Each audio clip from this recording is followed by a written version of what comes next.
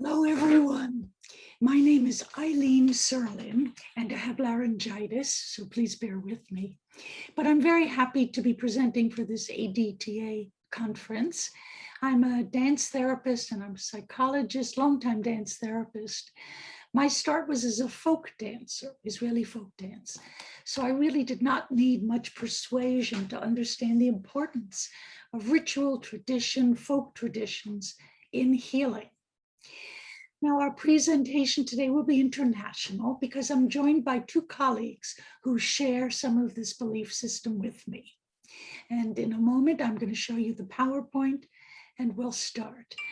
But I would like to welcome Devita Mehta from India, who's a dance therapist there with a specialization in traditional Indian folk dance. And she will be sharing how she uses that in contemporary healing practices with trauma. And the second is my colleague from Beijing, Grace Zhao, who will be sharing with us the work that she's doing in China, also about the traditional folk dances in China, and then with a group of colleagues about how they're using it in their practice currently. So now let's go to a PowerPoint. So this is treating cultural loss in trauma. And it is, of course, the American Dance Therapy Association. And here are the names: Eileen Serlin, Grace Zhao, and Devika Mehta.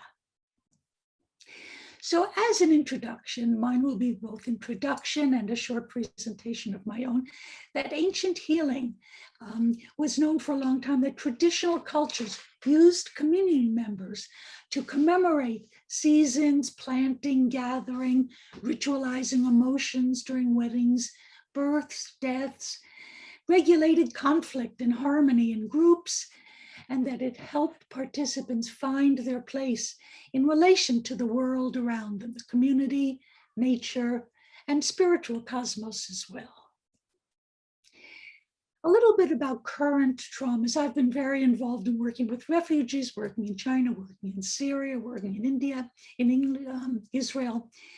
And it's clear there that it's kind of getting worse, that we're seeing political unrest, obviously climate change. The reason last year I've been working on Zoom with people suffering trauma from COVID, looking at the effects of globalization and the erasing of local traditions and the impact of technology on all of us. So related psychological issues that come with this is increasing isolation, and we've been seeing this in our practices: disorientation, hopelessness, a new sense of vulnerability, being separated as we are at the borders in our country from family, and lots and lots of loss and grief. So we want to work toward culturally sensitive, trauma-informed care. And what is that? First of all, we find there's different words and expressions in different cultures. When I was in Jordan, we tried to use a trauma checklist, and words like depression, sadness really did not make an impact on the refugees. They had words like "my heart is bleeding," a much more poetic language than our Western checklist. Different emotional signals, eye contact, body language, real different sense of interpersonal space, how close, how far. It's obviously very easy to offend someone in another culture. Not knowing this, the use of touch, obviously, even shaking hands, touching, and of course, all kinds of gender roles and prohibitions in different cultures. We see in cultures also resistance to therapy is not known or accepted in many cultures. We see stigma and shame. There's an unfamiliar cultural context to sitting one-on-one, or even in Jordan, for example, the women would have tea in the afternoon and what they call gossip, which is where they shared their emotions. But organized group therapy was very unfamiliar to them. Ostracism from the community and being thinking strange or weird. And of course, distrust of authority. Who are we to come in and suggest these new forms of psychotherapy? So our presentation is about the arts and why the arts. So Dance communicates through energy, rhythm, and space. We don't need words. You can see in this photo that there's communication going on. We use a lot of rhythm, sound, interpersonal space to communicate in dance therapy without words and cross-culturally understood. Here's some modern practices that I will share with you: Israel, Istanbul, Jordan, and China. First of all, in Israel, I was there starting probably 20 years ago, and actually I started in 1962, first going to Israel.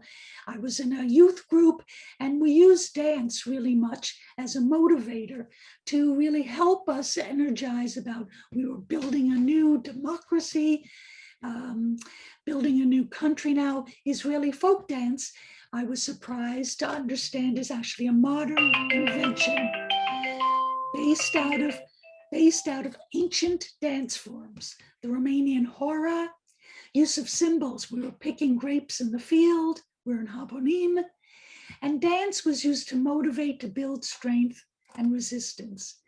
Dance was also used to instill values. We were creating a new Jew, not passively going to the gas chambers and being a victim. It was a heroic image, a warrior image, actually. It romanticized the land, since we have been through the ages primarily urban. So we celebrated the farmer, and a lot of the Israeli folk dances are about planting seeds, picking grapes, and we valorized the defender. Here are some references to Annie Gordon's, which is, again, a new image of the Jew as more as a hero. Ancient Hebrew healing practices. We find that Tikkun Olam is a very strong Jewish practice about healing the world, and Maimonides and other famous Jewish sages were doctors. We do the circle consciousness, is in all or most of the Israeli folk dances. We work with the Kabbalistic parts of the body. There's creativity and mystical experiences, and movement and ecstatic dance is a bridge between worlds. And here is Israeli folk dance, very traditional and still done. Characteristics of Israeli dance. We have Israeli folk dance festivals still going on, typically in circles, lines, or couple dances. Now the steps come from other cultures. Yemenite step comes from Yemen. Cherkessia step is from Eastern Europe. Grapevine step, which I'll show you, is even in southern China and Tibet, and the hora. And these are fairly universal steps. Treating trauma in Israel, we have intergenerational trauma, that almost everyone has a trauma. We know that trauma, and I learned, is ongoing. It's cumulative. It's relentless. We learned that Israelis are communal, that the Western individualistic therapy model does not necessarily work, that group work, which dance therapy often is very effective. Israelis deal with confrontation with mortality all the time, and terror management theory is big in Israel under kind of relentless bombardment. The existential realities are neighboring countries that want to wipe you off the face of the earth. It's a very intense lifestyle. The macho myth is still there. A lot of internal political conflicts and religious conflicts that still exist, all contributing to a high level of anxiety and ongoing trauma. We work, therefore, to build resistance in Israel, some biblical foundations. These will be in the slides that you have access to. These are some references in the Bible. And resiliency builds. So what I worked with is actually, what are the can you operationalize resilience? We found that certain kind of bouncing, or down to the floor and coming back up, working with polarities of bound and free. We work a lot with cultivating safety, grounding, empowerment, communication, giving and receiving support, all helping to build resilience. Here are some common symbols we found working cross-culturally. This was a conference through Lesley University with Palestinian, Bedouin, Israeli caregivers. And here I did some staff training with the Israeli Trauma Center for Victims of Terror and War. As you can see, they're dancing, we're doing mindfulness, and this does not lead language. And currently we have healing practices from the Holocaust to new life. You can see this is 70th year birthday of Israel was just now. People are still singing and dancing in the streets, knowing that at a time like this, when Israel is yet again under threats, that the dancing, singing, mobilizing communal energy is very important. The next thing we're going to look at is just Istanbul. I have some video clips, not from Istanbul, but there is a clip of dancing for death and rebirth. They had an earthquake, climate change in Istanbul. And actually we did use, let me stop sharing and let me find that video clip, just a minute. After the earthquake, we did some movement about death and rebirth. You'll see here.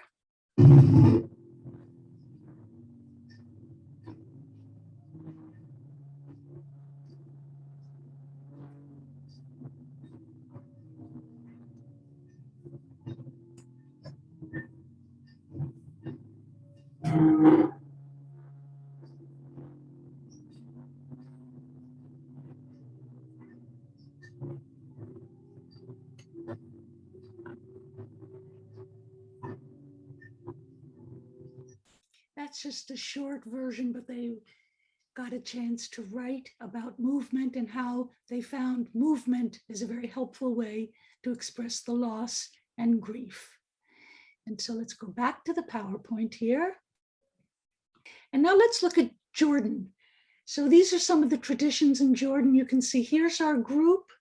Here are some of the traditional ways of dressing in Jordan, which they still do.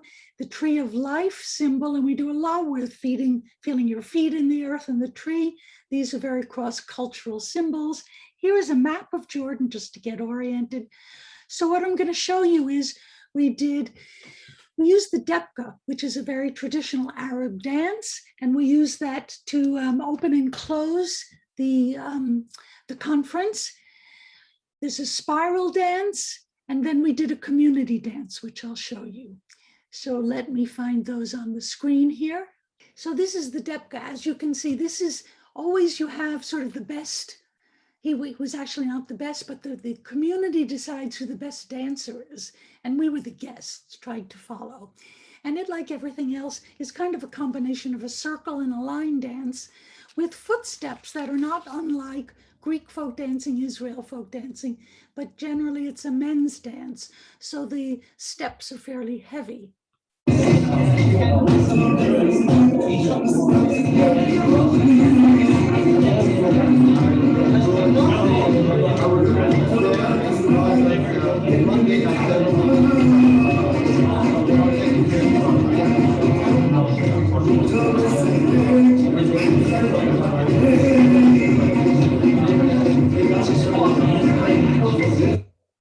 Okay, let me share this.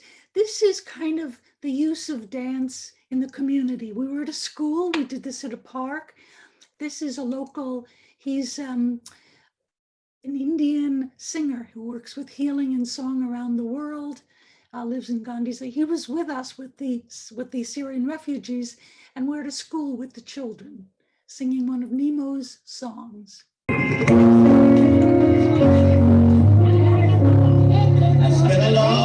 Time running, I never knew then, but I know now that the fruits, they always come in, but you can't go around just knocking them down. It takes a long time to show it, you can't see them, look at them now, but the roots are always growing, no matter if I'm there or never around. Okay.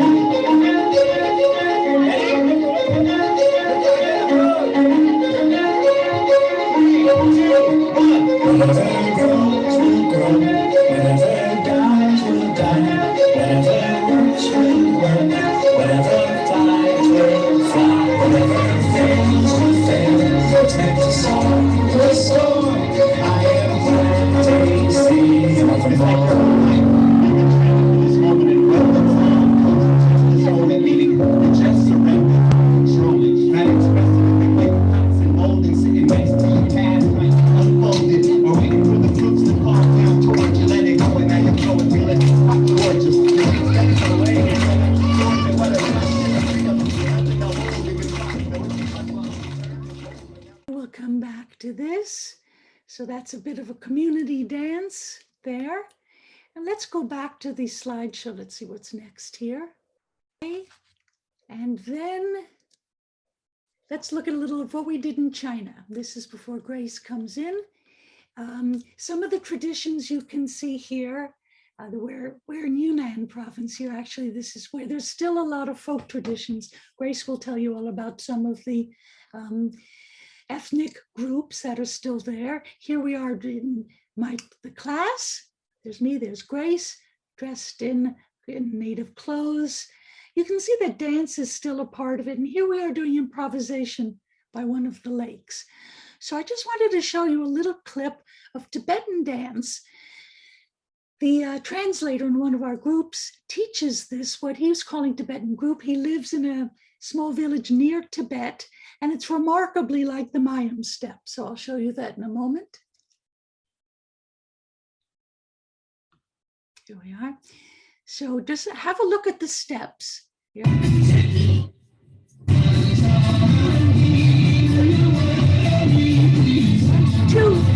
hop. 1, 2, 3, hop. 1, 2, 3, hop. 1, 2, 3, hop. 1, 2, 3, hop.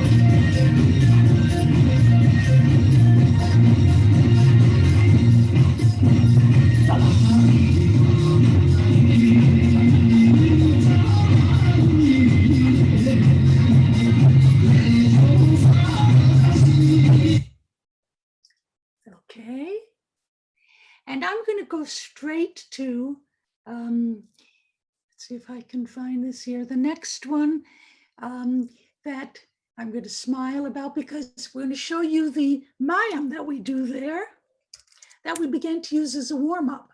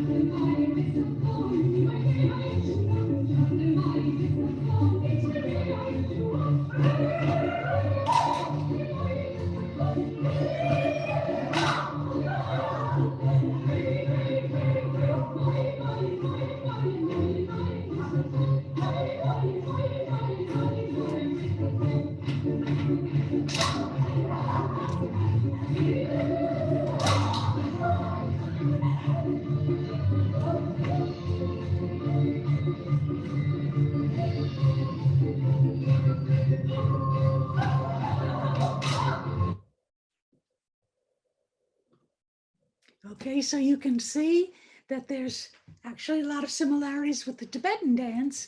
And just one more, we had the great privilege of in Yunnan province being with the Bai people down there. And they came and taught us some of their dances in our workshop. Actually, the woman was women from the village, not professional. This is what they do, probably weekly.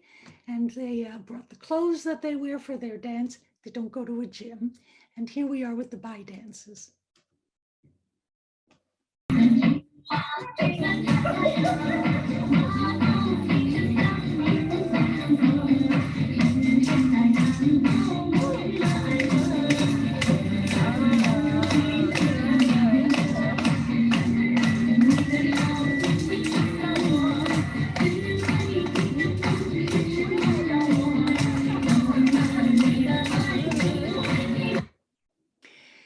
So as you can see, what is therapeutic about it is, number one, the cultural exchange, that we can go, and we're trying to practice cultural humility, that we're not coming to teach our methods and our dance, but it's the exchange, the respect. We learn a lot, and we try to respect local customs.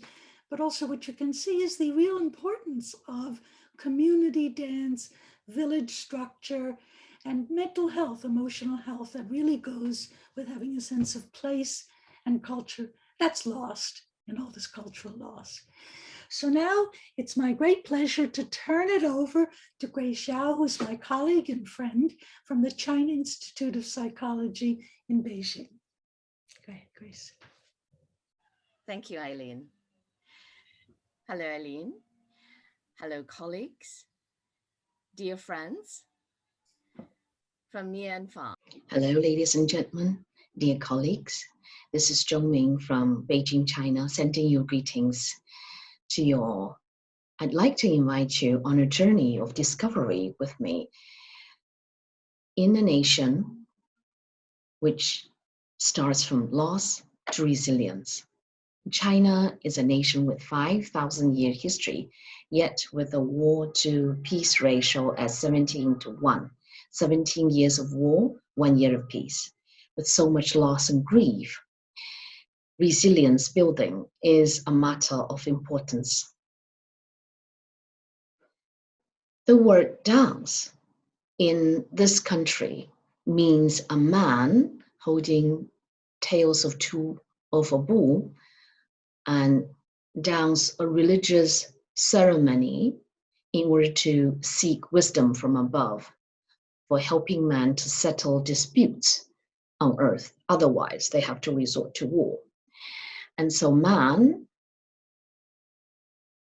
with gifts in his hand, asking for wisdom.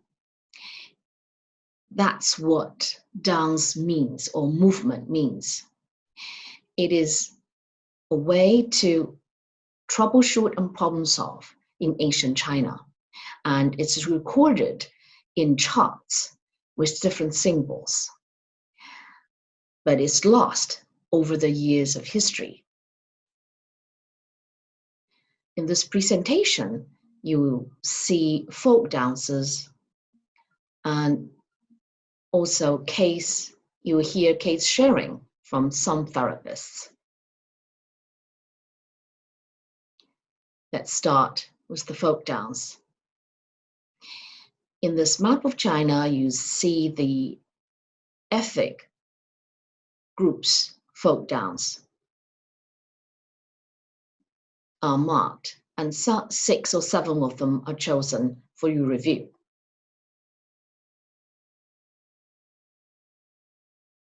As a therapist or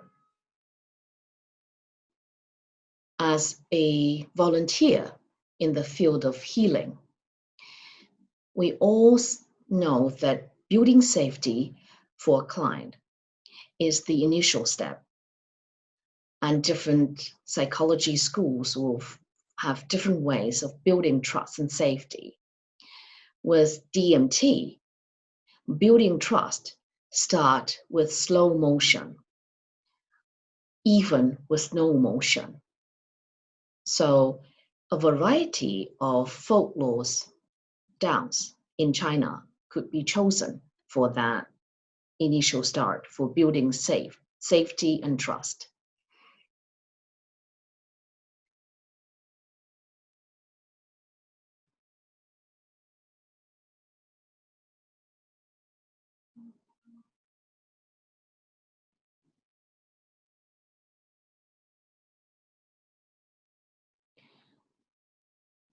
Let's view this one. Korean dance. You look away from each other, you move very slowly, very, very gently. When you are ready, you turn around. Or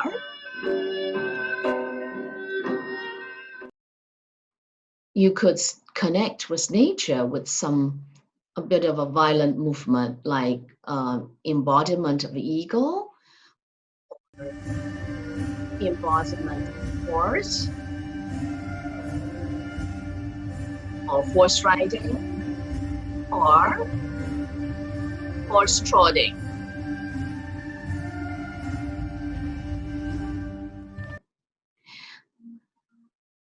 And reconnection with nature could help you to reconnect with yourself in physical, emotional, and spiritual dimensions. It's always safe to move hands first. Watch for the exquisite movement of the hands.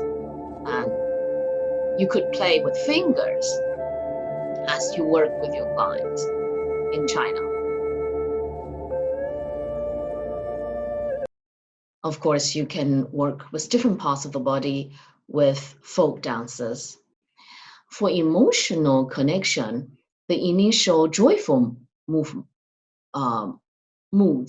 are important before we can go down into something heavy. Booger dance, joyful dance. See?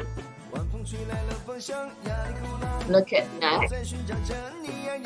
The exquisite movement and the whole body movement are joined together.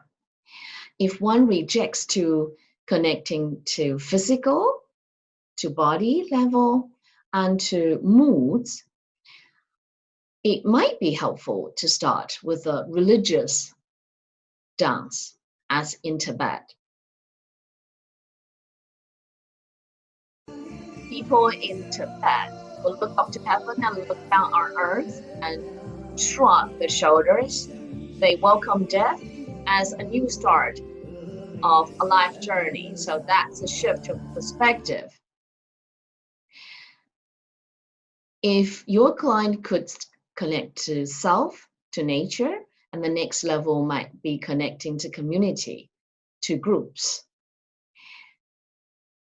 Connection to community can be difficult because group dynamics can be very complicated. And sometimes it doesn't work even. And so externalization of group dynamics with local folk dance can be fun. Yeah, for women. For men who tend to not communicate as much or fussy as in quotation, they tend to join together to complete a task as men in Yellow River would do. The place is lack of water, so men come together to beat the drums, see the dust, and they ask for rain from heaven. Connecting with community and culture can be difficult, yet connecting with another culture can be even more difficult. So folk dance in China, with its inspirations from nature, daily life, and with its traditions from generation to generations, and with its self-entertaining and improvising nature, could provide framework for safety, generational support, and individual resilience. Its improvisation would contribute to creativity and adaptation to the regional needs. And so that's also helpful for group resilience and community vitality. Case sharing now from some of the local therapists and say the outcome of integrating of focal dance in DMT sessions or in treatment. You may find a variety of combination of choice of these folk dances among these therapists.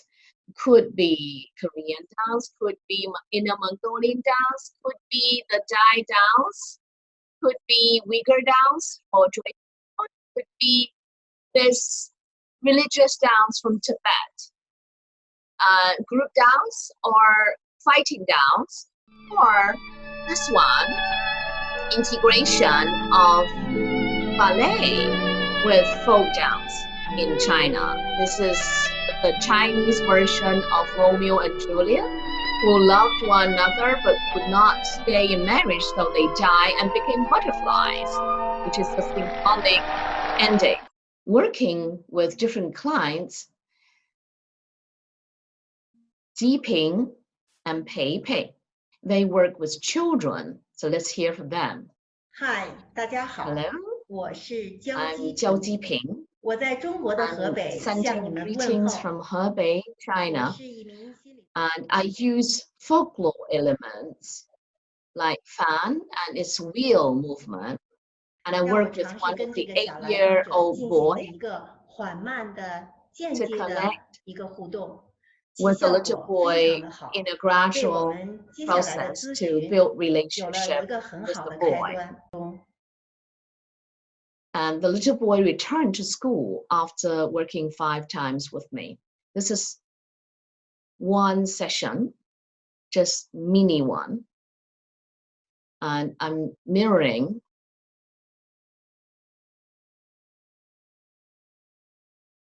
this is fan and also wall movement from both sides. Such a movement for fun. Yeah, the change.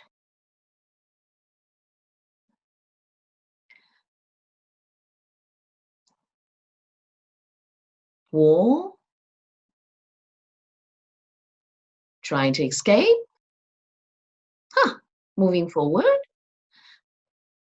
Connecting. Oh, boundary. Setting. Oh, horse trotting for fun and connection.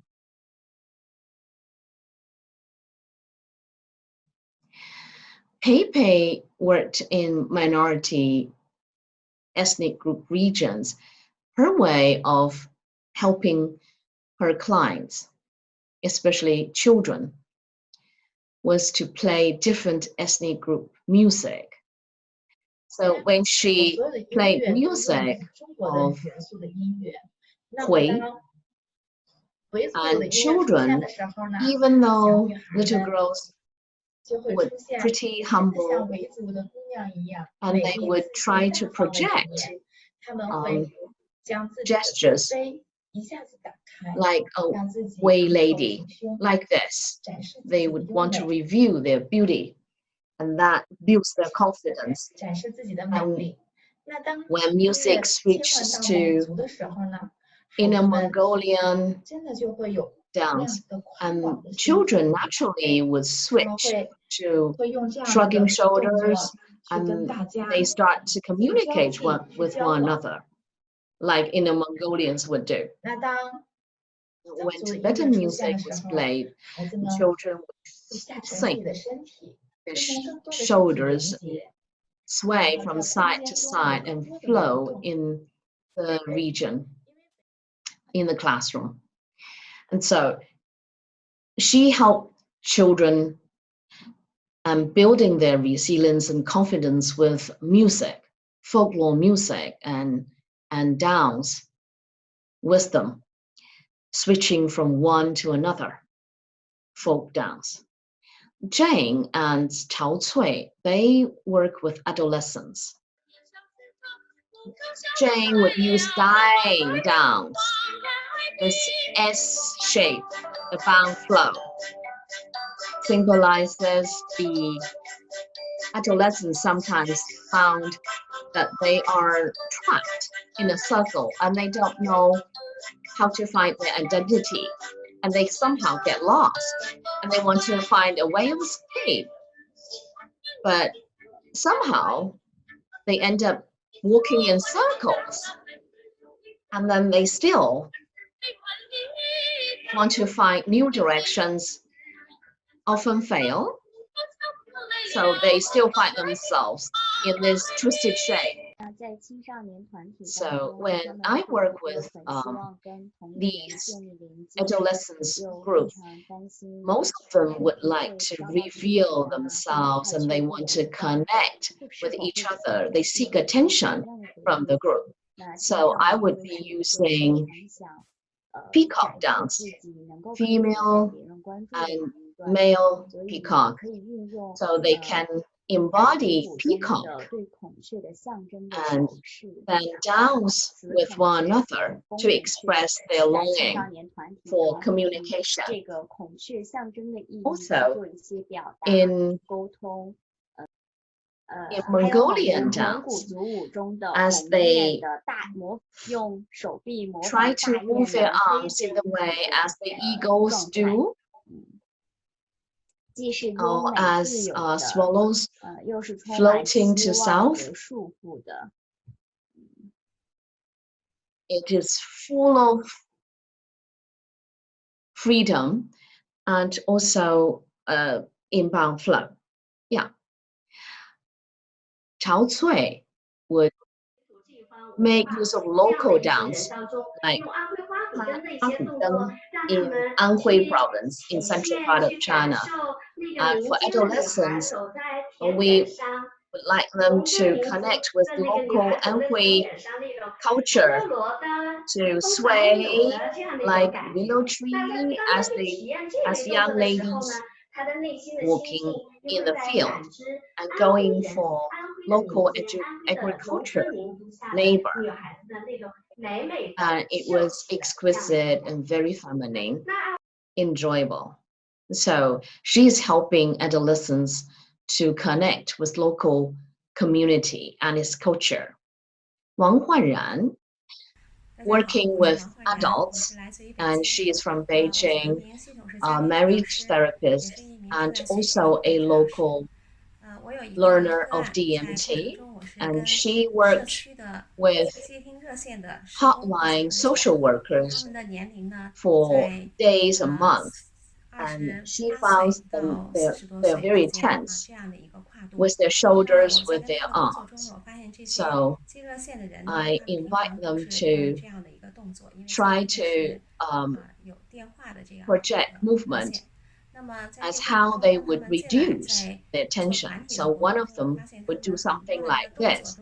You can still see the tension in the muscles. Then I introduced in a Mongolian dance, shrugging shoulders. Yeah, so that they can move from this tension movement to something of free movement. And also they think of other folklore dance movement like moving arms in the air and then shape a heart. And at the end of the of this session, I invite them to go to a movement that they feel happy. So they go like this.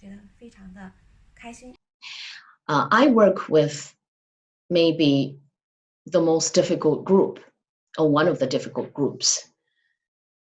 I work with therapists who are specialized in verbal therapy and seek to integrate DMT skills in their setting. So first of all, we would like to embody folk dance first in order to help others. But it's a messy attempt. Some got stuck online. As you can see, Aline is smiling. We are moving in different directions. And it seems that we're getting nowhere.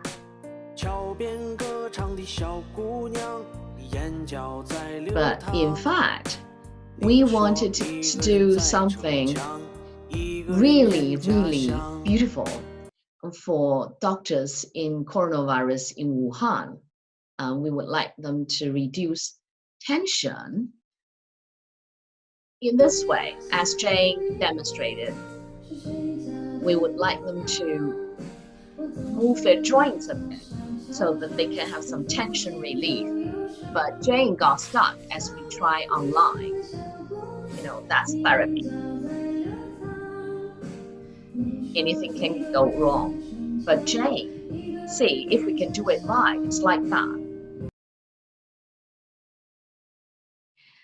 Even though sometimes we're messy and even though sometimes we fail, but we still hope that someday as therapists, we could integrate folk dance with ballet dance. As in this story that I showed, one of the poets in China, Qu Yuan, said that the road is long and winding. I will search regardless for lifelong. So integration across cultures can be a lifelong or even generational efforts. And the team is expanding.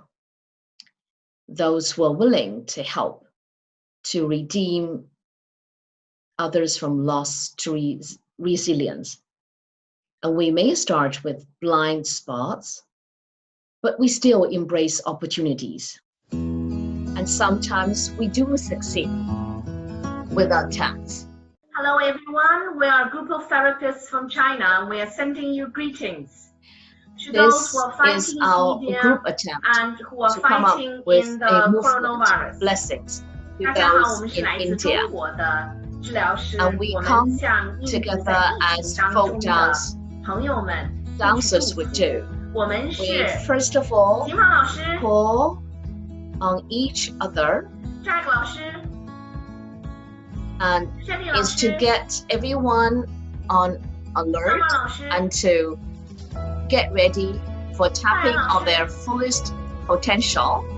And then we would 我 sing 是 Grace。We'll be and singing you a song, and a move song to of music blessings. 我们会给大家唱一首歌， as the folk dancers would 祝 do. 福你们。 That's the custom of folk dance. As we move, because that's improvisation, we don't know what to do. So we would just start by walking a bit, swaying a bit, and then we would mirror the one that would start the first.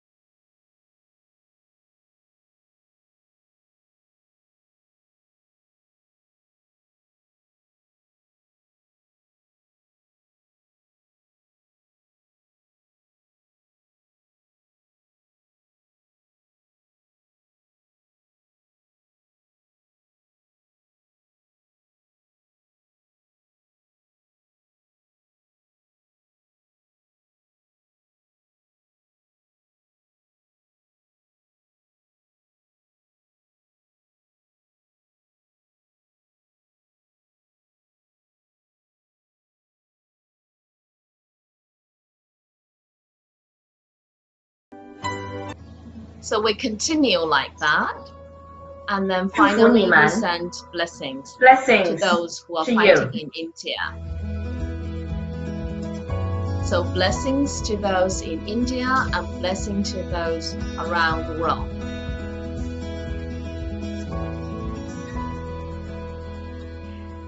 Yes, we are a team who will work together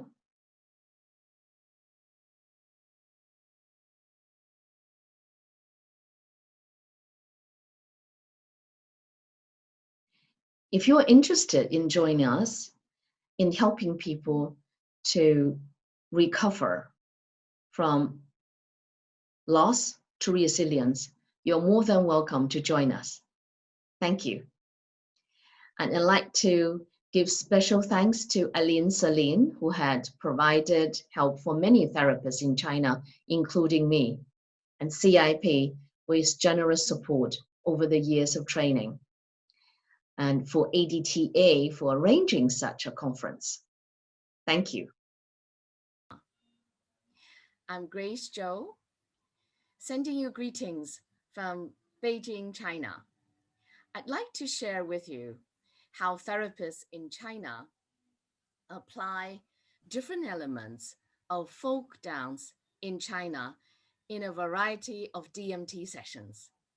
I'd like to start my presentation sharing with you some of the characteristics of folk dance in different regions in China. And then I'm going to move on to invite you to see a group of therapists with their cases, introducing how they use DMT settings and also integrate folklore elements to enhance the outcome of their therapy. I'd like to share my screen now. As you can see, the flying fairies in the air. This is pictorial scene in Dunhuang in China. If you see the beautiful scarves that's floating in the air and cloud in the air, that symbolizes hope, resilience. So my topic is folk dance in China for DMT sessions, a journey of loss to resilience.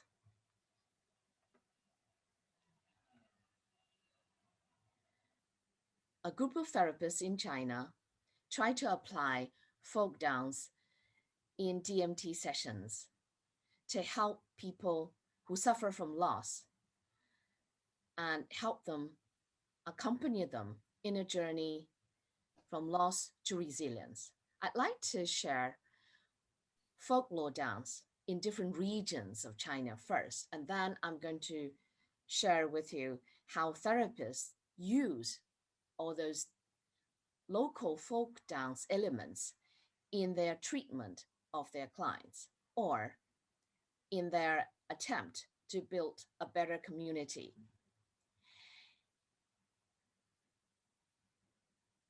In a while, you'll see the map of China with little dots indicating the different regions with a regional folk dance.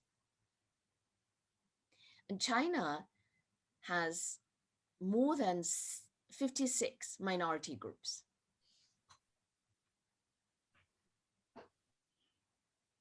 As you can see,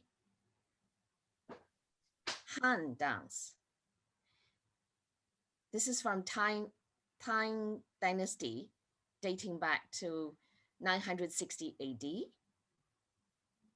This is man beating drums, trying to get rain from heaven. They have this fighting dance for a whole day. And then you will see other regional folk dance. China's folk dance would have a nature of drawing its inspiration from daily life and from nature. It carries its traditions from thousands of years ago. Mainly, folk dance in China are self-entertaining, and the folk dance is usually improvised by a group right on spot. So it doesn't carry a structure as it is in the West, let's say in ballet dance. It's so adaptive to different environment, to different scenarios, that people just come up as a group and then they start to create a group dance together. So each time is different. Each time is new. It carries the regional traits, especially the geographical traits from different regions. Sometimes it's in the form of fighting dance, and sometimes it's soft.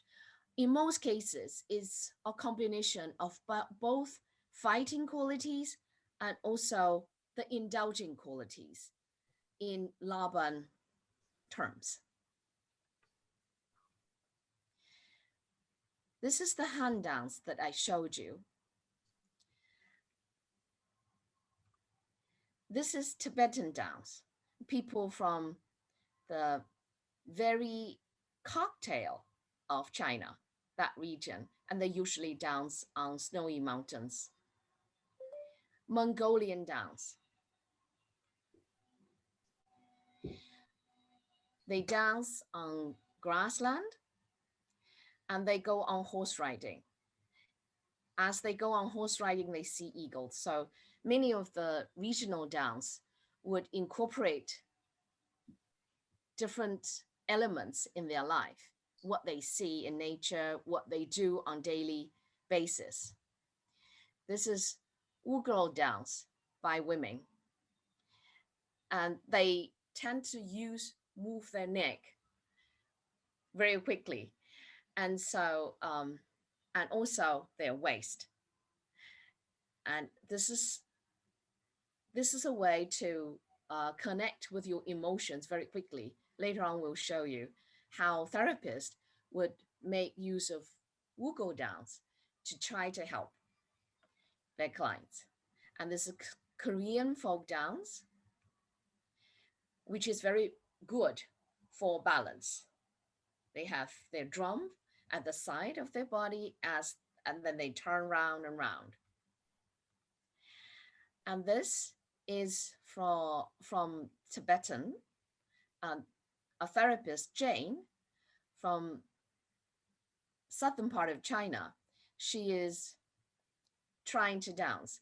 You can see that in these regions, people are very pious and they're very religious. And so as they look down to earth, they humble themselves, and then they would give their respect to their Buddha up above. And this moving along verticality shows this part of the elements that you can be a part of life where you can build resilience. All right, that once you look down on earth and you may think about sufferings or different stories, different storylines, but as you look up to heaven, and it's a new dimension. How therapists would make use of local folk dance in DMT. And they work with a variety of people, from children to teenagers to adults to seniors. And this is me. I work with many therapists, and we make use of Isadora Duncan's dance. And also, I work with children who are CP kids. I also try to work with therapists who are trying to make use of verbal therapy skills with DMT skills. And this is Jane. She's a beautiful dancer. And Pei Pei from southern part, Jane is from southern part of China, and Pei Pei is from, I would say, from very, very far away from the west region of China. Jiping is from central part of China, and her way of working with kids and families. And also Feng Chaocui from central part of China down south.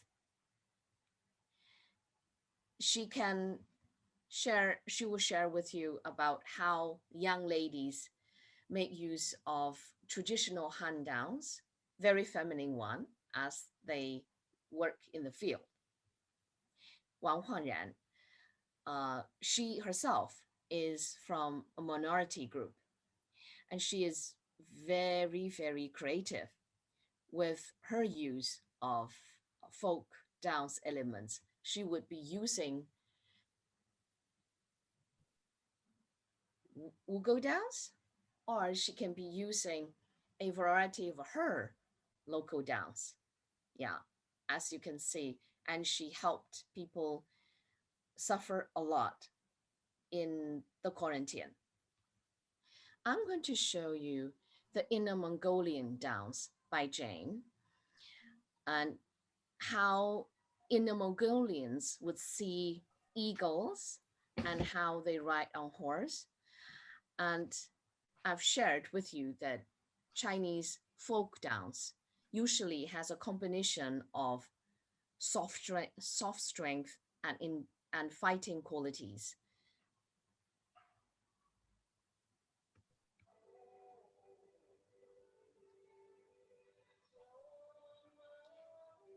eagles flying to the south.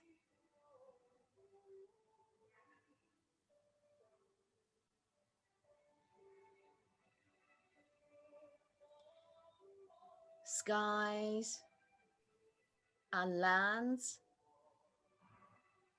vast apart. But your heart is bound for home. Vast sky, vast land.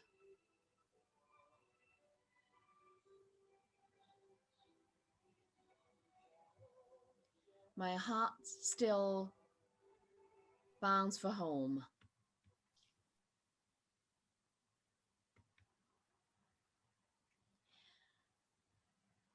And Jane also shares about her experience, how she used this for children who suffer from depression, that she would invite them to sit where they are and then try to imagine that they are eagles, or small eagles, and they just fluctuate with their fingers and then with the part of their arms and then the whole arms, all right, and they see each other and they will stand up and then move with the whole body with that fluctuation of wings.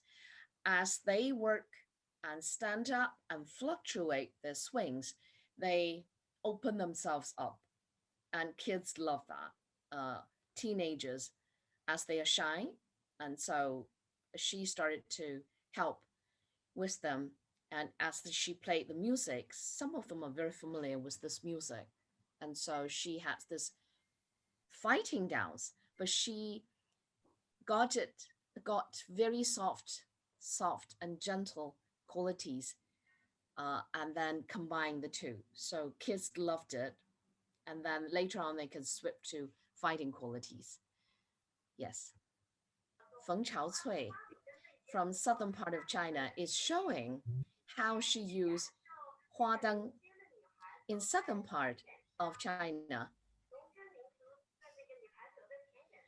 How young ladies will walk in the field and trying to sway their bodies as they labor in the field.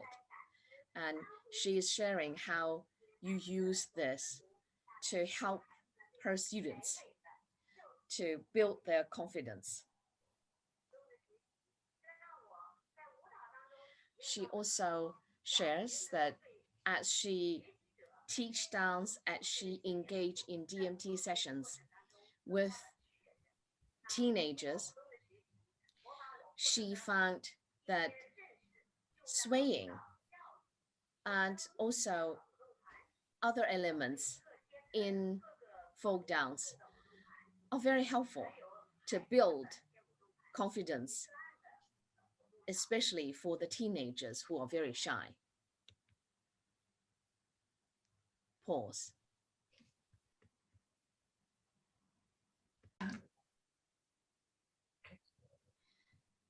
Next, I'm going to show you Ji Ping's work. She's from central part of China, and she worked with families. In folk dance, in central part of China, twisting of your hands and also swaying or running, a bit of a running and drifting are part of the characteristic. And this, you will be seeing a little video clip, something of an improvised part on site between a child and his mom.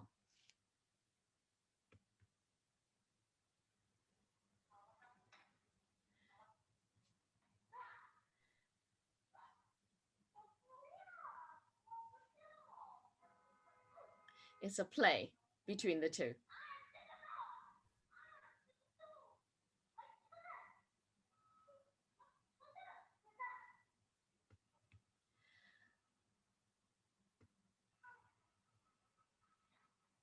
See the boy with flying eagles? And mom is playful, being playful with the boy.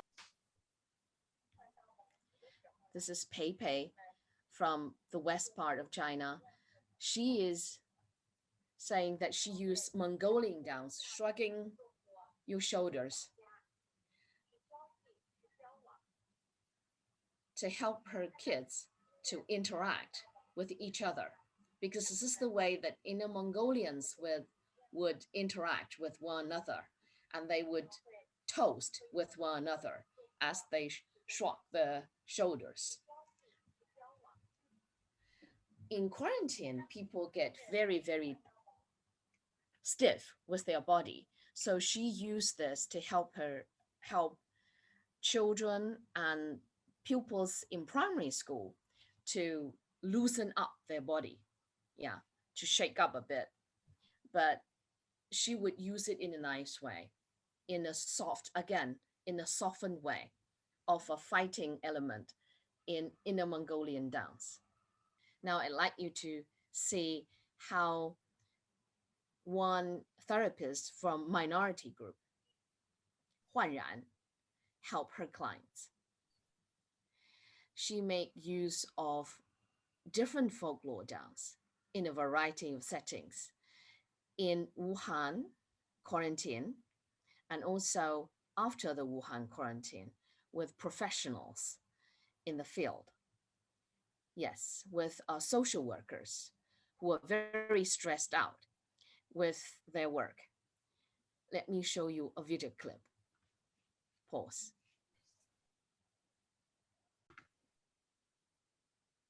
Huaran is working with a group of social workers.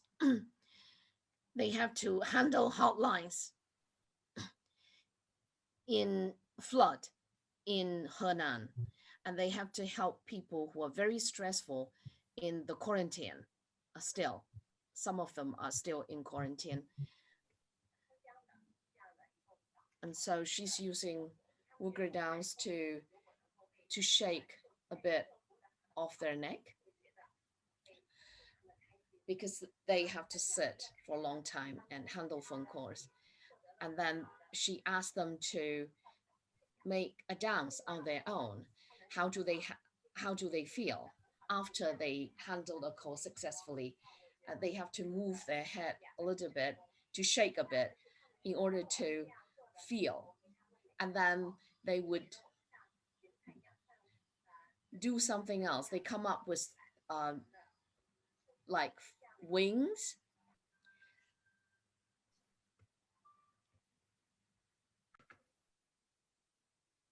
So for Chinese folk dance, it has this improvisation part, and especially it's accompanied with music, with improvised dance, with singing at the same time. And so when therapists try to use folk dance elements in their therapy sessions, people tend to be singing and tend to be sometimes embody themselves in with different animal shapes. So they do lots of shaping in directions, shaping in planes, but imitating animals or imitating plants in nature, but with very special shapes. Yeah. And they use so many bound flow to shape their body in different directions, in different planes, so as to re-energize themselves. And then they would go into free flow and then switch back to bound flow and then free flow. They switch from fighting qualities to indulging qualities, free flow to bound flow, and then with special shaping. I'd like you to observe just one little clip, how you use your fingers, even a little tiny part of your body, to embody this bound flow and then go into free flow. So is to use polarization in DMT and then to try to bring up energy from people to build that resilience. Let me show you this little bit of peacock dance. A few of us, if you see that. See, we start with covering of our eyes. And then we'll listen to music, to the beat, and try to see afar and walk ahead to learn something new. It's for pre-efforts. When we walk ahead, we would like to learn something new, a new sequence. Yeah. And then we would come up, you see a little bit of chaotic, and we'll try to do it in a different way, each of us, and we reach the end, and then we would discuss. Yeah. And the other case is that I work with a group of therapists, and it's a 5-minute video because it's a bit long. You can watch it on YouTube. We were trying to help a group of Indian therapists. So we went through the same process. We came together and one of us started to rock, and we started to rock, and one started to sing. And so we started to sing together, just like in folk dance. And we play the music of Let the World Be Filled with Love. And we felt that we wanted to hold our hands with our Indian friends who are fighting the coronavirus. And when we hold hands, like in the Chinese folklore dance, we started to get to our imagination, holding hands, and then to get pigeons flying in the air to send hope.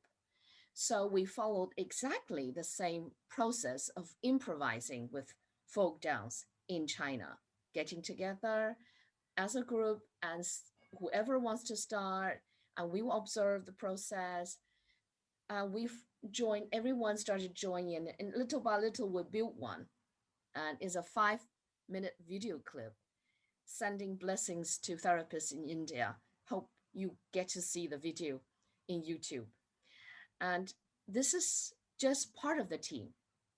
And we're getting to different parts of China. We're very grateful to Eileen and also CIP for years of help and support. I would say if we are the bridge of the world, we will see less isolation. And with our attempt of building resilience for people who suffer from isolation and loss, this is only a beginning journey.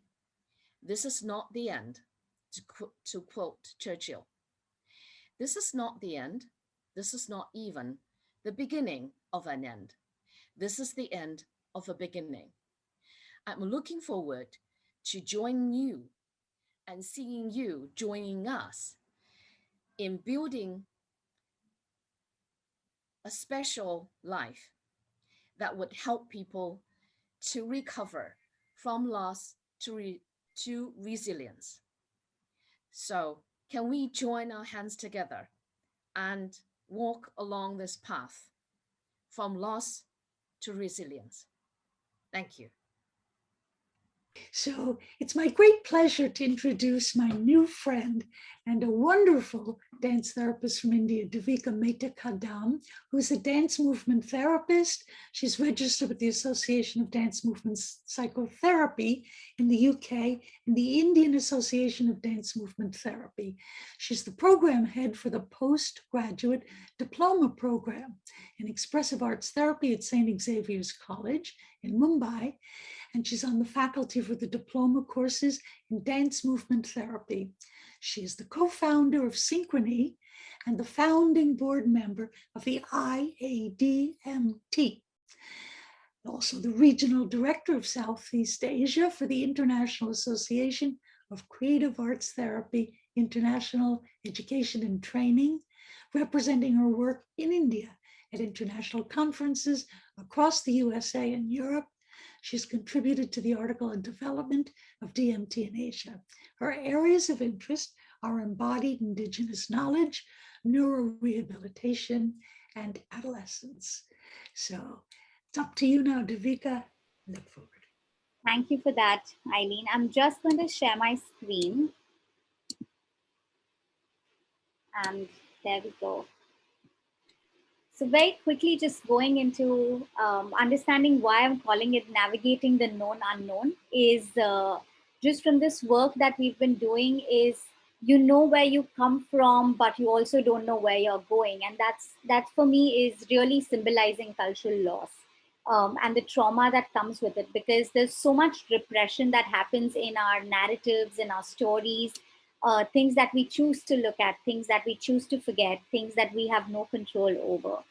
So just using DMT to navigate the known unknown. And I'd like to start with Guru Samnidhi, which is dedicating this presentation to my Indian folk form gurus and my Indian classical form gurus, just to know that their work gets carried on across different disciplines as well. So the first thing that I'd like us to do, because we've been sitting and listening and watching, is just if you can ground yourselves, just feel your feet connecting with the ground. If you're sitting on a chair, if anybody's standing up, feel free to move to this as well. So it is a prayer ritual to Mother Earth, and I'm going to just read it for you, and feel free to move, feel free to just anchor yourself in this moment as we arrive in India. Is you the earth, supporter of all, worshipped by the gods and praised by the enlightened ones, protecting those who seek your shelter. To you I bow. Mother, please bear upon thyself the beat of my feet. And with that, I'd like to move to the next part of the presentation, is understanding the context of where my presentation is actually coming from. I do work in a hospital and a rehabilitation setup in an urban setting where I work primarily with neurological rehabilitation. But it is a public trust. So we see intersections of caste, religion, class. We see children and parents coming from, and caregivers coming from diverse backgrounds, essentially, and which is why my work has been focusing more and more on cultural humility and sensitivity. Because even though we are in an urban setting, we carry our culture within us. Working in community-based setups with displaced, underserved women, children, and the elderly. That is one of my biggest workspaces that I am looking at since the last 8 years. And we've been displaced either because of separation in the family, the husband has passed away and the family has, disowned the woman and the children, or the parents do not have the capacity or financial, social, emotional capacity to take care of the children and the elderly as well as in training spaces where I am an educator. And I also feel that just being a therapist and working with the community is not enough. The students that get trained under us, that are new and upcoming and are going to go into these fields, they need to understand how these intersections actually impact mental health. And over the last year, there have been so many conversations around the systemic form and changing at a systemic level to make mental health more inclusive. So I feel like in all these different roles that I hold as a dance therapist, as an artist, as an educator, this idea of really harnessing the indigenous knowledge that we do carry within us is an important lens to look at. But before we start, one of the most important things, India is diverse massively, but we also have an extremely vast history of oppression, not just by outside forces, but even within our own cultures and even within our own forms. We're looking at It's very important to understand the origins and practices of the art forms that we are looking at before we determine their therapeutic value. It's also to be aware that I may be looking at a very popular form, but this popular form may actually have perpetuated in the past or continue to do so a very oppressive narrative towards either my marginalized person or a minority community that we are working with. So, say for example, Om is a very, in some cultures it's considered spiritual, in some cultures it's considered a Hindu word, right? So if I am going into a Muslim dominating community or a majority community, they are essentially a minority in a country like India. And for me to say, okay, let's all of us chant Om and ground ourselves might not really work for them, because for them it might be a distance from what they've been experiencing. And this is something that we see in schools, we see in smaller communities where the majority or the dominant narrative takes over. And this is also traumatic. And this is also where cultural loss can be experienced by these communities. Mindfully using elements of art forms with known therapeutic benefits, but also understanding that just practicing an art form in a therapeutic way is very different from actually looking at it in a therapy setting or a therapy session. So, understanding that where is it that my therapeutic intention is placed in? Am I looking at it from a therapy point of view, or am I looking at it in a way that is just therapeutic in nature? Rather than looking at a psychotherapy or a psychological framework to support that work. We do also in India have a lot of influences of yogic practices, of spiritual practices, of religious practices. And I think if we are really in a therapy setting, we have to be able to weed these out only and bring it in if the client brings in, or bring it in if the community brings in. Where it can't be, I belong to this religion and this is our practice, and therefore I'm introducing you to it. So it has to be done extremely mindfully. And I think one of the most important things I need to name here is that I am an upper class, I am an upper caste woman. So as a woman, I am marginalized in our country. As a Jain, my religion is Jainism. So as a Jain, I do belong to a minority religious community. But then I'm also upper caste and upper class in my privileges. I've been educated. I hold three masters, right? So there is a certain amount of privilege, a certain amount of power that I bring into these spaces, whether I name them or I don't name them. I carry them with me in my body. So just wanted to name these things before I take you forward. And why do we need to look at Indian cultural forms? Why is it so important for us to look at how these community work can happen? Is because India's budget for national mental health is less than a rupee per person, right? There is a 83% treatment gap, which basically means that at a community level, at an underserved level, the amount of work that gets done at a mental health level is very poor.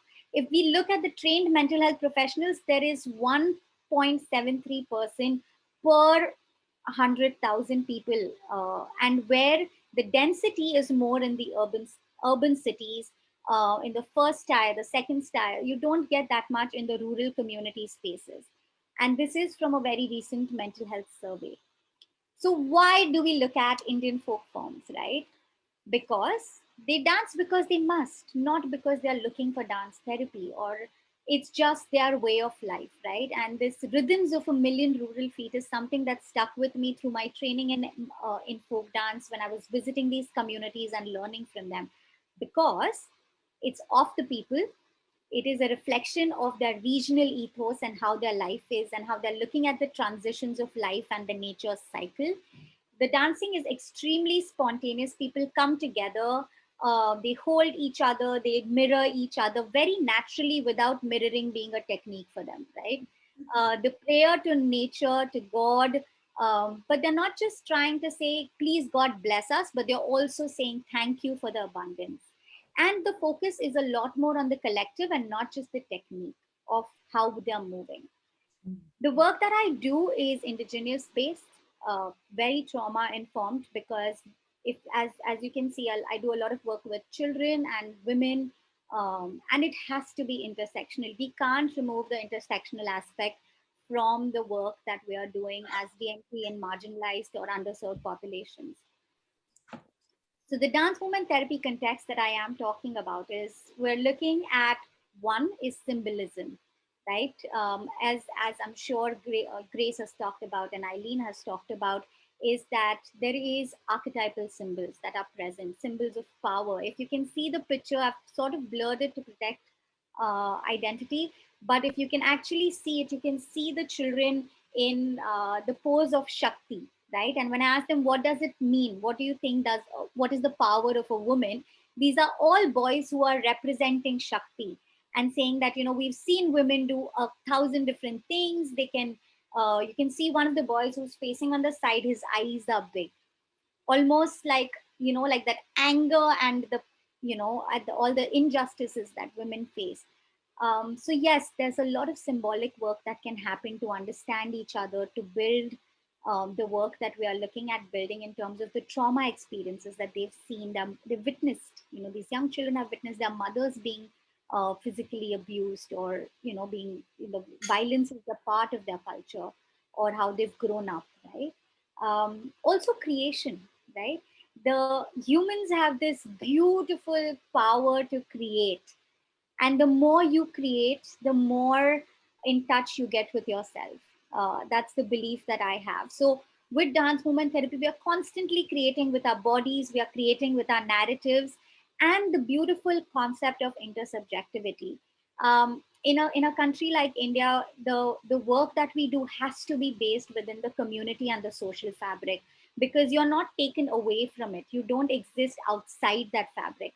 So when we look at intersubjective work, we look at what is happening in this dyad, what is happening in this group, what is happening between the therapist and the client, what is happening between the prop or the natural element that they've picked up from you know, the rural surroundings and brought into the space. So I feel like we're they're not they're not essentially three different things. You see them come and go through every session, but I feel like these are the three crucial cruxes of the work that we do when we adapt Indian folk forms um, to our work. So if we look at addressing the cultural loss through rituals, right? The rhythm, a lot of Indian folk forms have a lot of rhythm. There's a lot of like pounding, stamping the feet, clapping, the rhythms that they create with their bodies, that makes them feel safe, that makes them feel more connected. If we are looking at repetition, we see them doing the same rhythm again and again. We see them doing the same movement again and again. And this allows them to regulate. This allows them to feel a little bit more in control of themselves and their own narratives. And play. These beautiful forms invite you to play. They are juggling with each other. They are doing something in a dyad. They're making sure, like there's a dance in my culture which is with sticks, where, you know, you have to hit the stick and go to the next person, and then you dance with them with the sticks, and then you go to the next person. So there's a lot of play involved as well, right? And what play brings is, I'm not going to think about what everything around me. I'm going to be present in this experience. And with cultural loss, there is dissociation, there is disembodiment. And if we look at safety, regulation, and presence, all of this are so deeply connected to how I'm experiencing the world, right? And if we can offer them even a moment of connection in that moment, that is something that helps them tide through the loss that they're experiencing, the identity that they're still trying to figure in a majority dominant narrative. Moving very quickly, uh, just a second, I think my screen is frozen. Yes, sorry for that. So moving quickly to a very quick experiential, what I would like to do is look at the universal aspect of, you know, movement prompts. We tend to offer a lot of movement prompts within the dance movement therapy context to our clients. And one of them is clap. So you dip, and then you shift however you want to shift your weight. Yeah. So what I would like you to do in your time, and we'll probably give it a minute or so to do this together, is create your own movement phrase. You can swap it with dip first, shift of weight legs, and then clap. just play with this, the clap, the dip, and the weight shift. Yeah. So create your own movement phrase. So just for the purpose of this presentation, and because I wish we were all doing this in person, but we're not. So Eileen and I are going to create a movement phrase together. And so what is the first thing? Eileen, would you like to clap or dip? Clap. Okay. Pretty So done. we'll clap, and then how would you like to dip, Eileen? Would you like to dip with your shoulders or your head? Shoulders. Shoulders. So, Yeah. torso. So we clap and we dip. And then how would you like to shift? Side to side or front and back? Side to side. Side to side. Okay. So we go clap and dip and side to side. And now that we've done this, we're going to move this to the music. I would invite you to just close your eyes and do your own version of it. I'll be playing a music. The music is from the Sarna community of Jharkhand state. And then when you have the time, maybe choose to reflect on how this phrase brings awareness to your capacity to play, to regulate yourself, and to be present in the moment. So very quickly, I'm going to just share the music, and we can all move together in our own semi-virtual space and in our own spaces. So clap, dip, and side to side. Yeah. Okay.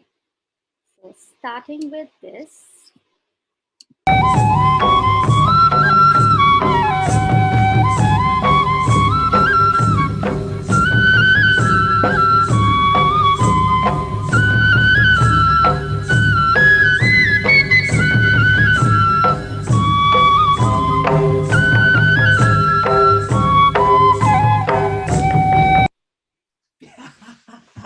I know that was too short, but knowing that this is a panel, I suppose we have to keep time in mind.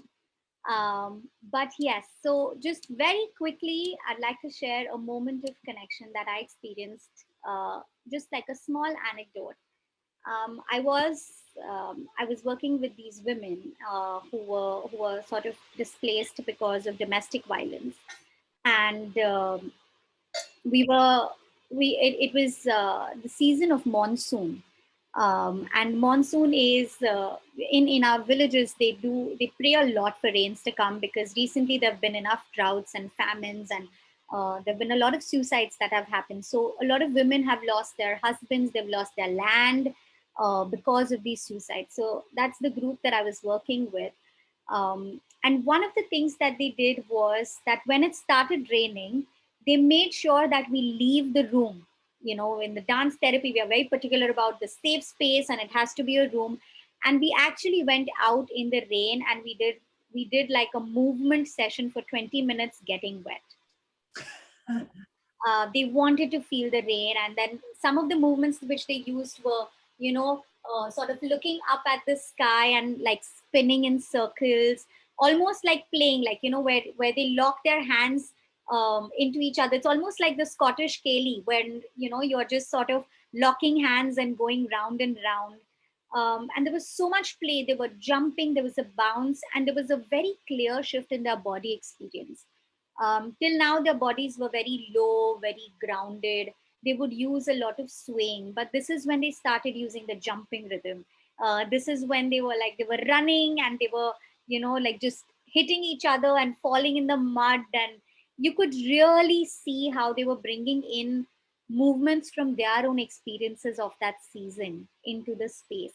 And that's when our entire narrative shifted, right? We went back into how can we carry this lightness that we've experienced right now into our stories further, and how do we look at the loss and the grief, but still, because we are alive, still continue to live, find a way to live forward. And that was the moment that really changed. And I think that is why I absolutely believe in this quote that I would like to bring to you guys is, in the awareness of our intergenerational narratives, we often tend to focus on moments and stories of trauma and loss. In these narratives, there are also significant moments of resourcefulness that have been repressed. In acknowledging and integrating these moments, we find the agency to reclaim the indigenous wisdom through our bodies and communities. And with that, I'd like to end my presentation. So thank you for joining, and the wonderful colors of India fills your screen for a second. Thank you. Thank you so much, Devika. It's enchanting and makes me want to travel there right away. And I'll end with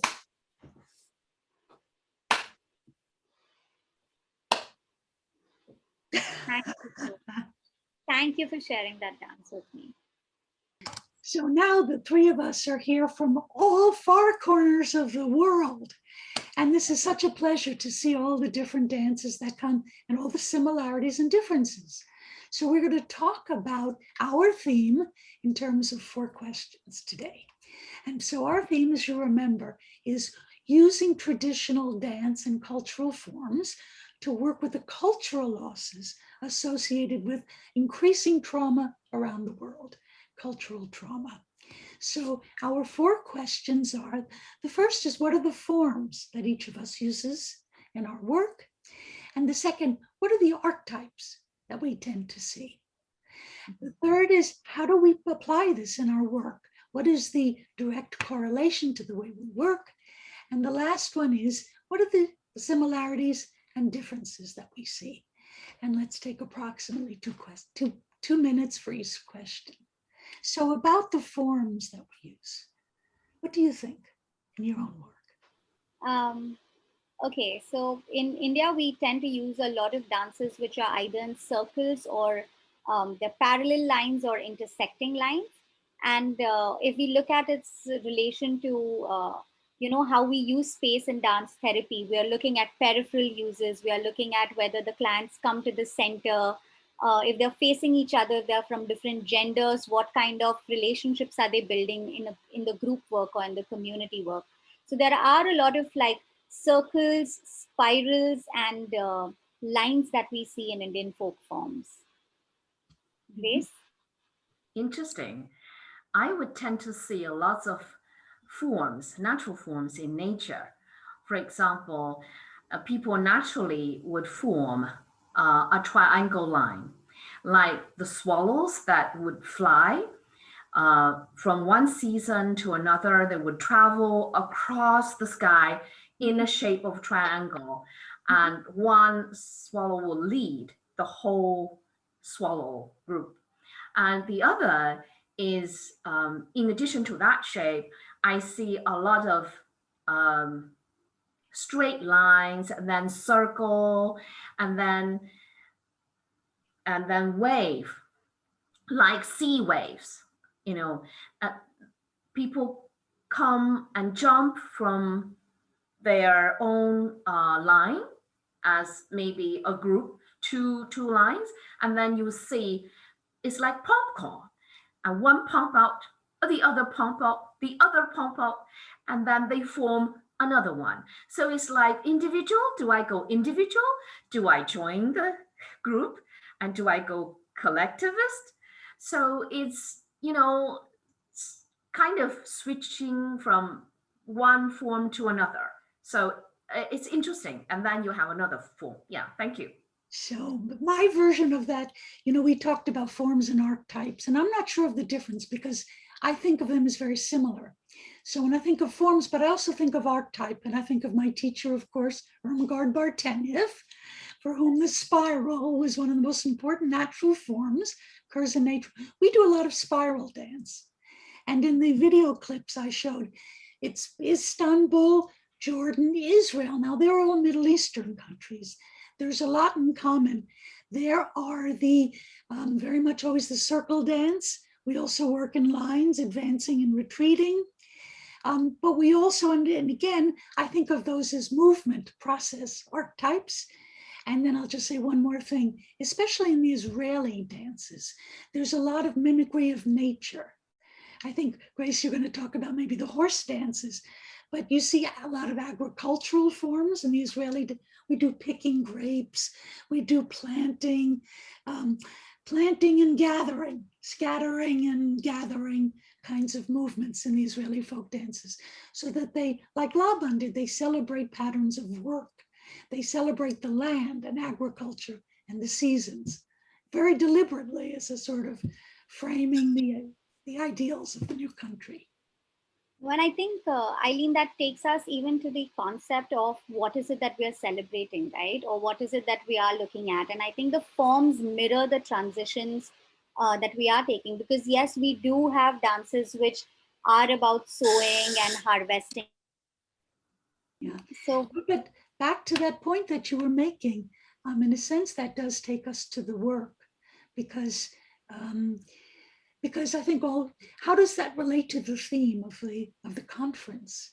And that even as we're still humans, we need to be oriented to the seasons, to sense of place, to the shape of the community. And when that's lost, people are disoriented, alone, depressed, lack of reality, lack of earth. So we still do a lot of grounding and earth-based kinds of things. Even if we're not farmers, we still need it. Yeah, yeah. I think the integration with self and with members in the community, and also integration, I would say, with the spiritual realm, so to speak, is very apparent in the folk dance in China. That people would subtly communicate with one another, and they look at each other and then suddenly look away. But as they are walking, they would imagine themselves to be a bird, to be a horse, to be anything, a flower in nature. And then when they encounter someone else, then suddenly they become cautious a bit, and then they started to wave like in Dai. And when the weather is not okay, a man would beat drums and cry out to heaven for days, for days. And so I could see this cry for connection, yeah, in all those folklore dances. I Yes. thought you said the beating the drums was to bring rain, which here Yes, in to bring California you certainly need. And Davika, I was wondering about this because Grace kind of almost said this word. I think you did. For a while, Yeah. it was very taboo in psychology to use the word spiritual. But Yeah. certainly you talked a lot about heaven and earth and these upward movements. And I do a movement choir based on, Irmgard Laban, which is reaching up to the heaven and down to the earth. And of course, we say the human being stand. So in a sense, we have a cosmic or spiritual dimension in the work we do that I think certainly is not in mainstream trauma work or psychological work, but is there in the dances, whether we name it or not. It is a human need. And do you see that in your dances, Davika? we do. I think a lot of our dances are around goddesses. They are a lot of Hindu scriptural dances, but India is a milieu of like multiple religions and multiple spiritual realms, right? We're looking at different philosophies coming in. But when we really go down to the exact, like to the crux of what is the story behind this folk form, right? What is it that we are drawing from, or what is this community bringing into this space if they are moving in that folk form? It's really related to nature. It's related to symbols of Shakti, which is power. It's related to symbols of abundance, symbols of grief, symbols of gratitude. So there is that sense of how do we come together as a universal one organism rather than just being an individual person. So, yes, the spirituality is a part of it, but I also think that they worship a lot more nature gods and Mhm. nature goddesses in their folk forms. So, in one of the workspaces that I did, the kids said, they call us Didi because that's just the natural way of referring to somebody who's older but approachable. And they said, Didi, this is the season right now. And, at this time in my village, this is what we would be dancing on. And then they taught that, the rhythm to everybody. So I think rhythm really, holds it together. The symbols hold us together. And the real stories, I think the stories of these forms really connect. Even if we are looking at it from a DMP perspective, that if we are looking at empowering and we are looking at the person feeling, owning the cultural loss and finding themselves, finding their identity, then what is that identity like, right? And where does that identity come from? It comes from these stories and narratives that they have experienced as a collective. So I So, feel like that is something that also is a part of the whole feeling like a spiritual being or spirit feeling like an organism. and if I may say, um, uh, when I think about archetype or form, another one, I use a kind of a Yalom or Vyalom approach to movement. And the polarities we use are like death and rebirth or confrontation with mortality, which certainly is facing many people with trauma. And during COVID, a lot of people, certainly you know that in India, and now all of us again, facing mortality is a big. So Ermengarde used to do this in a movement choir, the most simple form of sinking down to the earth and rising back up again. And when you do that, and what I showed in one of the video clips, when I work with the theme of resilience in Israel, with all the bombings and the trauma, just finding resilience. Some of it was just step hop, step hop. So when you jump and you feel the springiness, you feel resilient. But you also know that you can go down and come up again as being a metaphor. And we showed a little clip of I did that in Istanbul after the earthquake. And they began to rise up from the floor, finding the resilience, finding themselves again, knowing that you can rise up again. I found an interesting, very interesting archetype as you are sharing that I'm recalling. In Chinese culture, the archetype is like that you start your life and then you end, you come back to your starting point. I'm wearing, if you can see, it's the waves. Wave. Yeah, wave. And I'm wearing a long, long dress. But if you see it from the other angle, it's cloud. Ah, Cloud in the sky.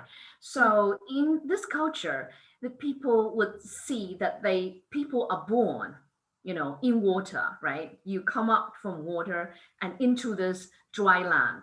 But you see, you have hopes high up in the sky, the clouds mirroring that waves of the sea. So in a way, when you look up to the sky and when you be the eagle or the cloud, the floating dimension, you are actually connect with that wave down on earth. So you're always connected with something that you're born with. And you come back to it. But sometimes you kind of are troubled by the waves of the sea, that tsunami and so much trouble and so much disasters on earth. But if you look up, if you can transcend and you can see that this disaster would give you an opportunity to build your resilience that will enable you to be stronger.